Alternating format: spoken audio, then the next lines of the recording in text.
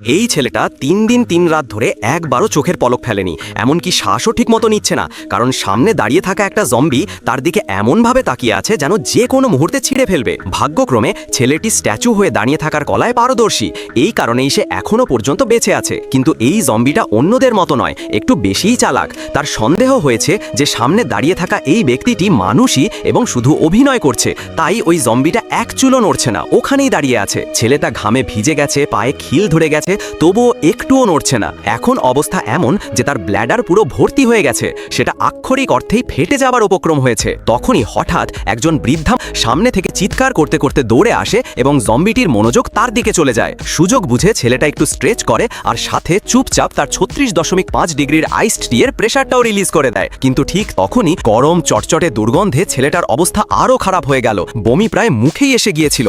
কিন্তু তখনই তার নজর পড়ল আর একটা ছেলে, ছোটু। সে দিব্যি নিশ্চিন্তে ঠেলাগাড়ি ঠেলছে, তার মুখে কোনো ভয় নেই। এটা দেখে ছেলেটির ভেতরের অহংকার জেগে উঠল, যদি ছোটু পারে তবে আমিও পারবো। সে প্রবল চেষ্টা করে বমি ভাব নিজের ভেতরে আটকে রাখলো, কিন্তু হঠাৎ ছোটুর ঠেলা থেমে গেল। এক মাথা গিয়ে তার ঠেলায় পড়ল, সেখান থেকে উঠল পচা গন্ধ। ছোটুর আর সহ্য হলো না, সেখানেই সব উগড়ে দিল।